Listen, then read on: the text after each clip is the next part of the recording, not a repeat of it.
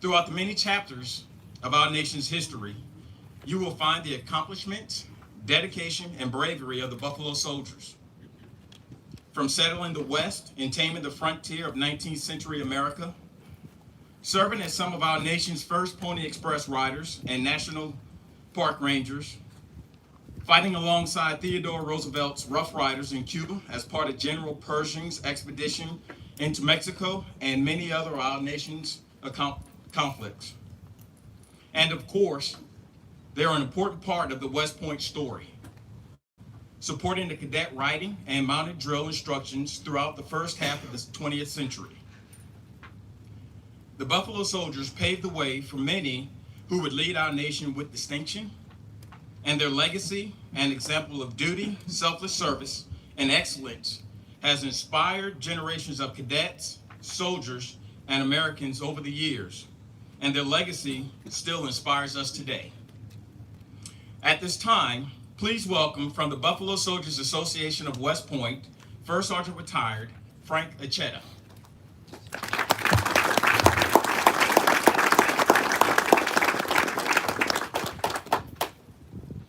Thank you, Colonel Wilde.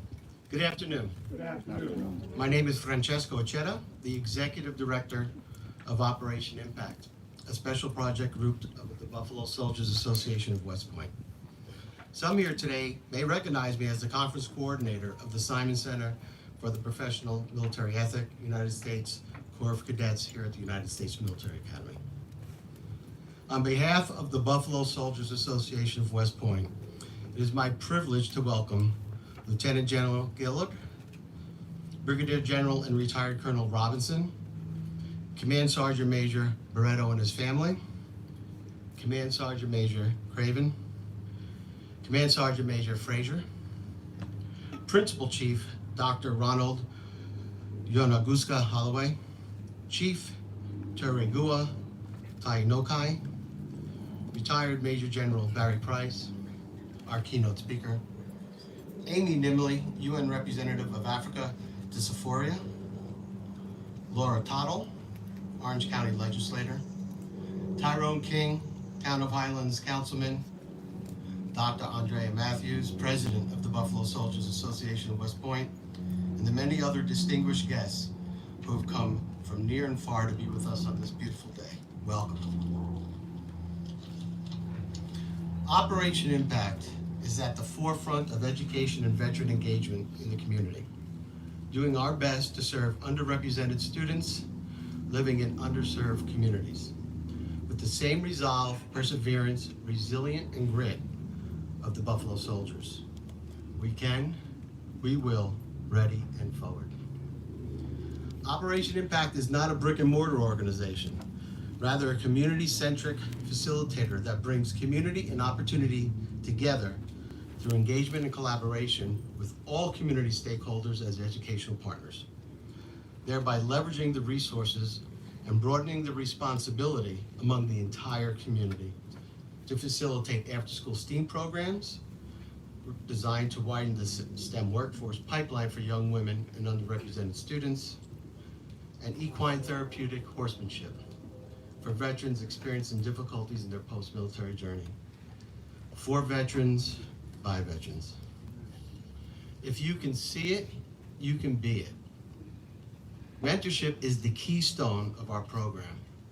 We work purposely with college admissions to identify cadets and college students who themselves are young women and underrepresented minorities to maximize the impact of the mentor. For students, by students. Lastly, the Buffalo Soldiers Association of West Point was founded by Buffalo soldiers from the Highland Falls community 62 years ago, to include Staff Sergeant Sanderson Matthews, whose likeness is captured on this monument. Now led by his granddaughter, Dr. Andrea Matthews, whose unique zeal and unwavering commitment to ensure the legacy and mission of the Buffalo Soldiers Association of West Point lives on for generations to come. And that is to honor, promote, preserve the history and contributions of Buffalo soldiers that served the United States of America. We can, we will, ready and forward. I will now turn the microphone back to Colonel Wilde, here he is, who will preside over the remainder of the ceremony. Sir?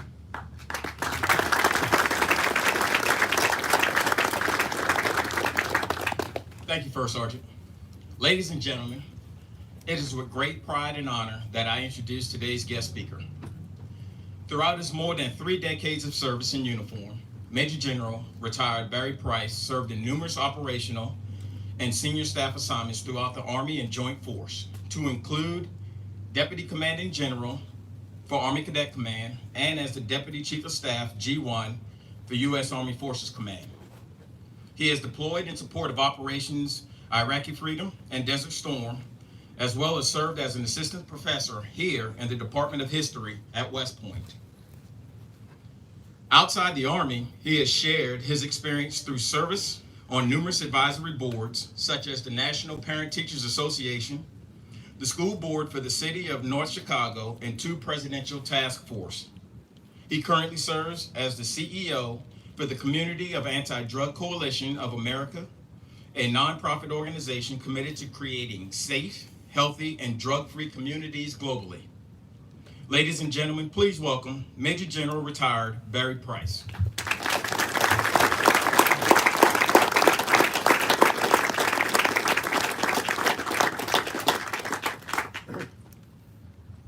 Thanks, Colonel Wilde. Hey, Padre, don't go away, because I need you to bring another cool breeze in.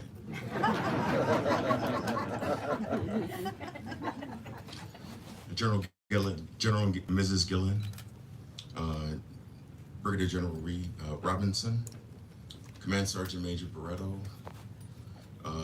Buffalo Soldier Motorcycle Club from, I think you guys are from 3 different states, and one is from West Point, chapter, to the men of Omega Psi Phi Fraternity Incorporated, Dr. Matthews, and descendants of Buffalo Soldiers, Command Sergeant Major Mustafa, to Dave, Thomas, distinguished guests, veterans, cadets, ladies and gentlemen. And I'd be remiss if I didn't speak General Fred Gordon's name and those other speakers who preceded me, but General Gordon played a similar role for I need these glasses, so let's just... So the life and legacy of Buffalo Soldiers is complex, and has many layers, but their legacy is undergirded by selfless service and sacrifice with the hope of liberty and freedom. I would ask you to consider what was occurring within the U.S. after the American Civil War to understand this notion of selfless service and sacrifice within the ranks of Buffalo Soldiers. Remember, there were only 37 states at the end of the Civil War. Though the 13th Amendment outlawed slavery and the 14th granted citizenship, while the 15th provided African American men the right to vote, overt racism for blacks continued within the U.S. in both the North and the South. Black codes were created in 1965 by white Southerners to keep freedmen from exercising their rights. The KKK was started, the Ku Klux Klan, in 1965 and continued through 1870 when it was outlawed by a series of acts by President Grant, but was reconstituted in 1915 after President Woodrow Wilson screamed the birth of a nation in the White House. There were 3,426 recorded lynchings in the United States of blacks between 1889 and 1921. 3,426 recorded lynchings. Anthropological studies were commissioned, falsely suggesting that the brain matter of blacks was somehow less than that of their whites. Yet, they served. Plessy versus Ferguson was created in 1896, thus sustaining the separate but equal doctrine. Blacks were disenfranchised. They lost their right to vote. They couldn't sit on juries. The Military Intelligence Division of the United States created its war plan white in 1916, and Negroes were, especially soldiers, were considered a suspicious population, much like communists and socialists within our nation's intelligence apparatus threat assessment. Pseudo-slavery was maintained by sharecropping and reinforced by patrollers, yet they served. Segregation in schools was abound, in hospitals and restaurants, hotels, cemeteries, even their blood was segregated. Finally, when the AEF, the American Expeditionary Force, deployed to World War I, they had explicit orders that all American troops would only fight as a part of the AEF. But that order did not include the blacks, the black soldiers. So why did they serve, you might ask? For the very reason that immigrants have braved nature and have, since the days of the Pilgrims in search of this new land. It's epitomized by Cubans and Haitians braving the shark-infested waters of the Gulf of Mexico on rickety watercraft and inner tubes. And it's demonstrated by current immigrants walking and hitching rides on trains from South and Central America to our nation's borders. This immutable truth is found in the words penned in 1831 by Protestant minister Samuel Francis Smith. The song was our nation's de facto national anthem through 1931. The words are simple, simply, my country 'tis of thee, sweet land of liberty, to thee I sing. Land of my fathers died, where my fathers died, land of the pilgrim's pride, from every mountainside, let freedom ring. The song was aspirational for the Buffalo Soldiers who believed that their service would lead to freedom, liberty, and full citizenship. Thank you.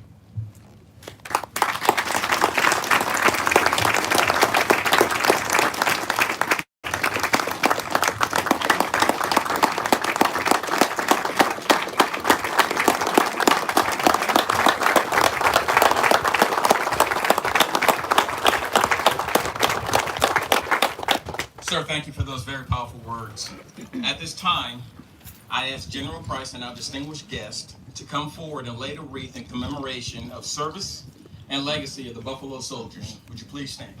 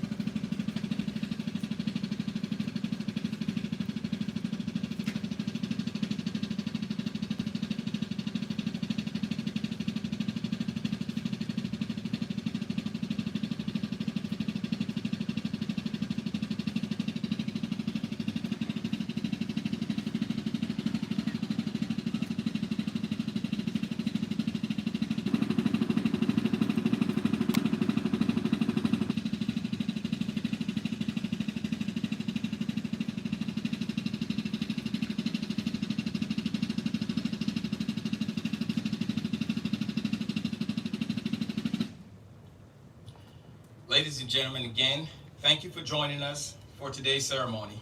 At this time, I invite First Sergeant Retired Frank Cochetta to make some closing remarks.